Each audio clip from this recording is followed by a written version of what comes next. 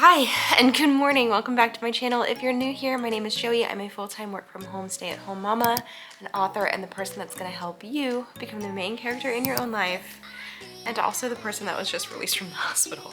Let's get into it. I gotta figure out how I can sit here. Hold please. There's gonna be chaos in the background because my dog is trying to play with my cat. You can see my Christmas tree is still up in the reflection in our window, and our Christmas tree will now probably be up until like June at this rate. Obviously this year did not get started on the foot that I thought it would, considering I just got released from the hospital after being admitted. I don't know what day. Hold please, let me think, because time is an illusion at this point. I want to say I went to the doctor on Tuesday and then back to the doctor on Wednesday and then was admitted to the hospital that afternoon, or that evening. So basically my entire new year so far has been spent not doing any of the things that I thought that I was going to set out to do in my new year.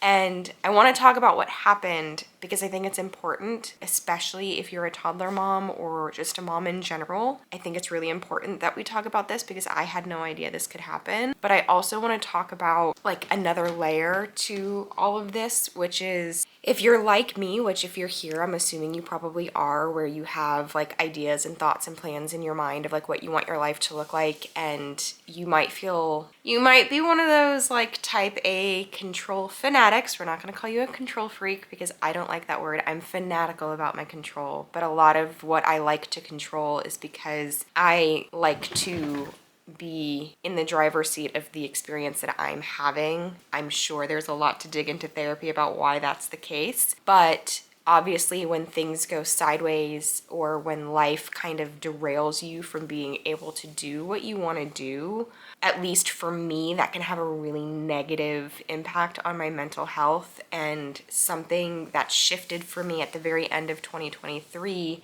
which I think was an enormously beneficial shift, actually helped me in this whole experience. And so I kind of want to talk about that as well. So if you're curious about what happened, I'll get into that now. And if you're just here for like the encouragement of when life goes sideways, I will put a timestamp right here so you can get to that and skip all of the like nitty-gritty drama details, whatever. Obviously I'm in pain. Obviously it is what, like, I don't even know what time it is. It is 5:50 in the morning. Don't be impressed. I literally don't even remember my husband putting my son to bed last night. And by the looks, Oken, what are you doing? And I ended up sleeping on the couch all night long. Like, I didn't eat dinner. I just went to sleep, which was great because if you've ever been in the hospital, you know that like your sleep is very interrupted there. Which, side note, if you're a nurse, I just want to like, oh, I can't talk about, I'm gonna get emotional if I talk about that. I want to hug you. If you're a nurse, I want to hug you. If you're a nurse and you're struggling about why you're doing what you're doing, because trust me, I spent a lot of hours just laying there listening to your interactions with other patients, which, in side note, all of the hospitals are full right now. The hospitals are full. They're so full that I spent a decent amount of time in the hallway in my bed. Like they did not have a room for me. And so I heard a lot of interactions, and nurses, you are actual angels on earth. You deserve all the raises, all the praises. And if you feel called to be a nurse and you're questioning that right now for whatever reason, please know that there are people that appreciate you more than I could ever say, because I am a person that does not ask for help. I struggle really hard to ask for help, even when I really need help. And having people like you who it's so obvious when you walk into the room that all you want to do is make somebody comfortable and offer whatever help they can get. I appreciate you. I know there are so many other people that appreciate you. That's a total tangent. Let's get into this. Anyway, I was saying that it's 5:50 in the morning. I woke up at like 4 something because I fell asleep at like, I don't know, 7 o'clock last night. What happened? So since about June, I've been dealing with kind of like annoying back pain. Not debilitating, but very annoying. Debilitating only in the sense that I'm a toddler mom, and so, you know, and I'm a toddler boy mom. So obviously I spend a lot of time bending down, pulling children out of traffic, you know, grabbing a child who might be mid-tantrum and like what I like to call the wet floppy fish, where they're just like flailing their body around. I am a generally active person. I am a runner, I'm a walker, I do yoga, I do some strength training. I am not strong, but I am active. And I think that's important to note. Let's just make that very clear. I am not strong, but I am active. So I had this illusion that I was, quote, in shape. Little did I know, and this is kind of a spoiler alert, to be a mom, you need to be in like fighting shape. That's a thing. I did not realize that, and I'll get into that in a minute. But so basically in June, I started to deal with this pain. I went to the ortho. We got it pretty well managed with anti-inflammatories and then really honestly like PT exercises. I had a C-section, and so it was pretty obvious to me that I had some core weakness. So I was working on my core strength with those PT exercises. And yeah, like it wasn't gone, but it was managed. It flares up every once in a while, and I'll do the exercises, you know, a little bit more, or I'll take an anti-inflammatory, or I'll rest for a little while, but nothing crazy. Well, I don't even know what day it was, but my back had been bothering me for the last couple of days after Christmas, and then all of a sudden it was debilitating. I was in so much pain that I was having trouble like picking my son up, or like I would be walking with him and like all of a sudden there would be like a spasm where I felt like my knees were gonna give out from underneath me. And on not New Year's Day, but the day after New Year's, he goes to like a play group in the mornings, and I really had this like split second decision. We live kind of far from town, and I was like, you know what, while he's at play group, I'm gonna go to the urgent care. And so I did, and I was still able to walk and like, you know, have a conversation with somebody without crying. And they managed my pain, or they were going to manage my pain with an anti-inflammatory shot and a steroid shot, and, you know, basically instructions to like rest for a little while and like I'll be back on my feet, no problem. Picked my son up from playgroup, got home, did the whole, you know, snack, all that kind of stuff. And it was time to get my son into the crib for nap time. And our house is very little. We do not have a large house. I don't know the square footage, but it's less, I think it's less than 2,000 square feet, and it's a ranch style house. We do not have stairs. It's fine. I could not make it from the den to his bedroom. I could not walk. I was having trouble moving my legs forward, and I was in absolutely excruciating pain. And as I said in the beginning of this video, don't ask for help. I don't like to ask for help. I like to be able to do things on my own. I am a do-it-myselfer.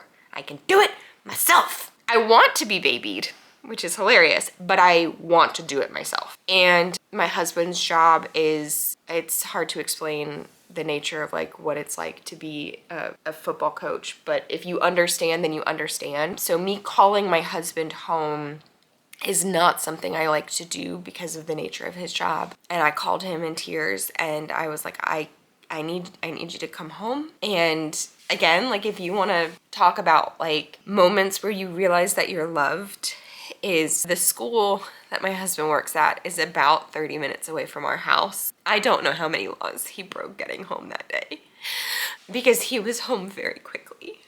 And he got my son down, and I called the ortho back, and I was waiting to hear back from like the team there. And he tried to help me get up off the floor again, because I just wanted to do it myself. And he pulled me up a couple of times, and I could not bear weight on my legs. And so eventually he just carried me to bed, and that's where I stayed for the remainder of that day. The ortho called me back. That's my dog in the background just complaining, so you're just gonna have to deal with that. And the ortho called me back. I was going back in the next day for an appointment with the spine specialist, and that was going to be that, right? And my husband stayed home that next morning to help me with my son and get him into the car. And then I was able to drive to town, and my niece met me at my mom's house to get my son out of the car, and then I went to the doctor. My mom wanted to come with me to the doctor. I am a 37-year-old woman, but my mama still wanted to come with me.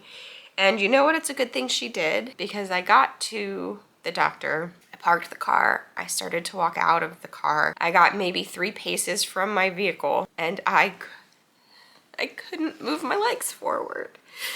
It was the most pain I've ever been in, and I've had a child, I've had my gallbladder removed, I've had my appendix removed. I've never been in pain like that before in my life. And again, I'm a very like, I can do it kind of person, even to my detriment. And so I'm standing in this parking lot. My mother is 75 years old and has her own physical limitations, and I can't move. And this angel of a woman just appeared out of nowhere. I mean, I tell you, she literally appeared out of nowhere and was like, she put her hand on my shoulders and she's like, what is wrong? And my mom answered for me and she's like, I'm getting you a wheelchair. We're gonna get you in. Don't you worry. She wheeled me in and disappeared. I don't know if she was real or not, but if you are real and you happen to see this video, thank you. Long story short, got to see the spine specialist who I had worked with in the past, and so she knew me and like my demeanor. And when she walked into the exam room, she was like, you need to be in a hospital. You need to go to a hospital. So my mom and I left the ortho. We went to the ER, which right now, if you're not familiar, the flu and COVID are really bad. If you're not aware of that, flu and COVID are real bad. And so obviously the hospital is very full, the ER is very busy, and I waited for a very long time in excruciating pain, but again, being very thankful that I'm only there for pain. Like, I wasn't there because I was, at least that I knew of, dealing with any kind of life-threatening experience. And they did eventually get me seen. They did x-rays and an MRI. They did decide to admit me, mainly because I had lost the ability to, I was not paralyzed. I could move my legs, but I could not move my legs in certain ways. I had lost a lot of strength in the ability to move my legs forward. I lost a lot of strength in the ability to like move my toes up or down. And aside from being in pain, that was really scary. Like, anytime they tried to test any of that, it basically would send me into like a panic attack, because it's very disorienting to be in a situation where like your brain thinks you can do something and your body can't do it. That was terrifying. And yes, I'm an older mom, but I'm a young person still, and to be in a situation where I felt like I was losing the ability to move my body was terrifying. So they did admit me. My MRI did not show anything overly concerning. I am older, so there is some, I guess, degeneration in L5-S1 where like there's like a little less space than there should be in my spine between my vertebrae, but nothing overly concerning. Like, the initial doctor that came to see me, he's like, I don't see anything here that would indicate surgery. And this was actually upsetting to me, because how could I be in this much pain and, quote, nothing be wrong? Which is kind of what I was ascertaining from the conversation he was having with me. Again, at this point, it had been a long day, and I mean, I think it was like 1 or 2 in the morning when he's having this conversation with me. And their main goal was just to like manage my pain, and they would have the spine doctor come and talk to me in the morning. And so anyway, they got me managed, and the long story short, mamas, especially mamas of young tots, this is common. I did not know that. I'm also really grateful that I had a doctor who was super validating in all of this. Again, I don't like to ask for help. I don't like to say like anything's wrong. And I question when I finally throw in the towel and I'm like, I need help, something's wrong. I question whether I'm being dramatic or not. No, not being dramatic. And if you're experiencing something similar, you are also not being dramatic. So basically, I had a very severe injury to my lower back, which was a muscular strain, which sounds really undramatic. And I was actually like kind of embarrassed when they were telling me this. And he was like, you need to understand that like the muscles in your back dictate everything you're doing, essentially. Like, they impact everything you're doing. So when there's discomfort in that area of your body, it affects even just down to your brain, because you can't function properly, and that's really distracting. Basically, I must have injured it in June and continued to injure it, which he said a lot of times he sees moms in here between 3 and 6 months postpartum, because you're using your body in a way that you don't that you hadn't been. And this is also usually typically after pregnancy or some type of traumatic birth or major surgery, because like me, I had a C-section, which is major surgery, and your body is just not equipped to handle that kind of strength. I mean, like, you have to, I didn't ever think about this in that way, but like, you have to be strong to be a parent. Like, you have to be physically strong.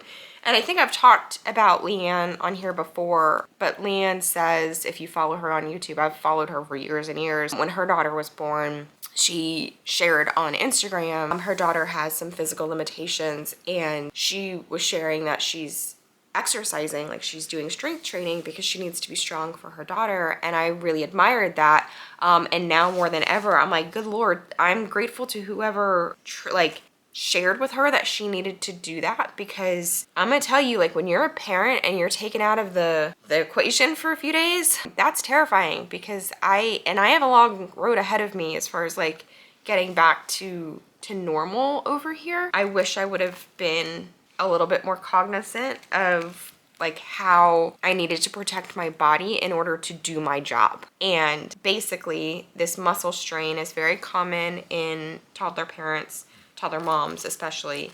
And my recovery looks a lot like it would look if I had had spine surgery. I am on serious restrictions. I'm still in a lot of pain. Basically, they would not release me from the hospital until, oh, can please don't kick me in the ribs. They would not release me from the hospital until I was essentially, quote, over the hump of the inflammation and pain, because a big part of recovery is getting all of this to calm down so I can move my body properly. And you can't do that when you're in that much pain or when there's that much inflammation, and the inflammation, you're just going to continue to like exacerbate it. And so I was released from the hospital yesterday, again, with some serious restrictions. I was in the hospital, I want to say 3 days, and I've got a journey ahead of me as far as getting the inflammation down, but then beyond that, doing PT. And my doctor was saying that, like, I'm someone that used to do yoga a lot, and he's like, yoga's great,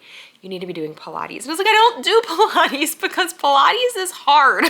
Pilates makes me realize I am weak, but my perspective has shifted on that because my body needs to be strong. My son is not going to get any lighter. He's not going to get any slower, and I need to be able to function. And so I wanted to share this story with you just in case like you are dealing with back pain or anything like that, where you're like, I'm not really sure what's going on here, or you're about to become a parent, or you're thinking about becoming a parent. Your body needs to be strong. Take care of your body, because I can tell you from someone that I've been taken out like for basically the last 2 weeks because I was dealing with pain prior to going to the hospital, and now I'm going to be dealing with pain as I'm recovering. I'm not able to do the things I need to do as a parent right now, and that's really difficult. And I wish I would have taken better care of my body to avoid getting here. I just didn't know any better. So that's what happened. I am okay. It did not require surgery, but was a very serious injury. And it was an injury that it was not sparked by any one event. So it wasn't like I got in a car accident or I fell, or, you know, there was a particular moment where I was like, I was fine. And then I was like, oh my God, something's wrong. It happened slowly over time. And that was very confusing to me because I didn't realize that could happen. But it is very common in a parent or in a mom especially. So just wanted to share that story in case you're dealing with anything like that and you have some awareness of like what your body could be going through. Very quickly, I did want to touch on like the encouraging and mental side of when it's kind of unfortunate that it's fortunate and unfortunate that this all happened at the beginning of the year, because if you saw my last video, you know that like I was going into this year with some serious like perspective shifts and excitement and motivation and plans and all of that. And I did have like everything mapped out to start at the beginning of this year. January 1, I was planning to hit the ground running. I did not, obviously. I hit the ground laying down. I'm sorry. If it's frustrating and annoying to you that my dog is in the corner over here, it's just as annoying to me. Obviously, I did not expect to be in the hospital. And so like there were moments where I was annoyed with myself because I was not prepared to be laid up for that many days. And I was like, I could have brought my computer charger. I could have brought this. I could have brought that. I could have been working on this. I could have been working on that. And instead I was just literally laying in a bed feeling like I was wasting my life away. And strangely, very uncommon for me, I let myself. In the past, I really would have been beating myself up over all of that. I would have been annoyed. I mean, I was slightly annoyed initially that I didn't even consider the fact that I could potentially be in the hospital. I just never in a million years expected to be admitted to the hospital when I went to the ortho that day. I just did not expect that at all. And so I didn't go with like snacks and a phone charger and a computer and my, you know, like all the things that you would do if you were gonna like go and stay in a hospital for a couple of days. You pack a go bag when you're gonna go into labor. Like, I didn't have any of that stuff. And so there was very little productivity happening. I did have my personal computer with me, and I used that really to log into like my regular job and work on like some website stuff for that. But as far as like my stuff, I didn't touch it. And that ordinarily would have really done me in mentally, especially because I had all these plans and then now suddenly I was in a position where I wasn't able to do what I wanted to do. And that's really hard for me as somebody with the personality that I have. And I think I mentioned at the end of 2023, I had some perspective shifts, and I'm so grateful for that because it really protected my heart and my mind and my motivation in this experience, because it didn't affect any of those things in the way I expected it to, I think because of the shift that I had. And basically, I want to share with you just sort of something that I was thinking about a lot in the hospital, that we have these ideas. There's certain periods of our lives where there's this natural beginning, right? There's a natural fresh start. And there's a lot of pressure involved with those things. There's a lot of expectation. And it's easy to allow yourself to get into a place where you're like, I'm going to do this in this period of time because it's naturally what's happening around you. Like the beginning of a school year or the beginning of summer for some people, or, you know, New Year's Eve or whatever it is. Ow. That all being said, I just kept hearing, and I don't know if this is like the perspective shift I had at the end of last year, if it was God, if it was just the content that I've been consuming lately, but I just kept hearing when I was feeling really stuck and frustrated in the hospital that I wasn't able to do what I wanted to do. You can start at any time. You can start anytime. These timelines, these fresh starts are arbitrary. The fresh start is when you decide it's time to do it. And there's something really important in recognizing that if you force yourself into a fresh start when you're physically or mentally not in the space to be able to do it the way that feels good and comfortable to you, it's actually a disservice and a detriment. If I had tried to do all the things that I wanted to do starting on January 1, they would not have gotten the best of me because I was not okay. I was not well. I was not physically well. I was not mentally well. And then I would have just ended up in a situation where I would have really just driven myself into the ground mentally and physically. And then I would have been really discouraged and I would have given up, and it would have done myself or the people that I'm trying to help any good. And I just wanted to share that perspective with you because if you're feeling like, well, the new year passed me by and I didn't start any of the things that I thought I wanted to start, I didn't do any of my New Year's resolutions, I've already, quote, failed, I might as well just give up and try again next year. I don't know if you can see what is happening here, but I need you to not. I don't even remember what I was saying. Basically, you can start when you feel ready. Like, the start happens when you're like, I'm ready to do this now. And there doesn't have to be any pomp and circumstance around it. I don't know when I'll be ready to start all the things I want to start, but I know I will be well when I do. And I just want to encourage you to pay attention to your own self and your well-being, your physical well-being, your needs, etc. And make sure that those are being met and that you are well in those arenas before you put all this pressure on yourself to run in a direction that is potentially going to put you in a path that is detrimental across the board just because you feel all this pressure to do or be a certain way or be productive in a certain way. Obviously, this video is a little different than I was anticipating recording. Obviously, I'm in pain, and I took the most glorious shower of my life when I got home. If you've ever spent any time in the hospital, I stunk to high heaven when I got home last night. And all I could think about was getting in the shower. But obviously, like, was not anticipating recording a video looking like this. But I honestly don't care, because that's another thing that I'm embracing this year is I just want to show up. I don't care how it looks when I'm showing up, if that makes sense, because that's stopped me in the past a lot. And I think it's more important to be here than to look a certain way. And at least that's how I feel. And I wonder if you feel the same. I am being assaulted by a dog and soon to be a cat. So I'm gonna sign off, but I want to wish you all a happy new year. I want to encourage you. I want to make sure that as a mom that you're taking care of your body and yourself, and I will try to share some content on what that's going to look like for me this year to recover, number one, but also to get into what they were calling fighting shape, because your job's important as a mom and you have to be physically capable to do the job. So happy new year. Thank you guys for being here. If you want to subscribe and hang out with me, I would love it. It's always chaotic. It's a little unpredictable, but I will be here, even if it's in this capacity. But again, your support has meant so much to me, and I appreciate the love and support you guys have given me on social media as I was going through this the last few days, and I will see you guys again very, very soon.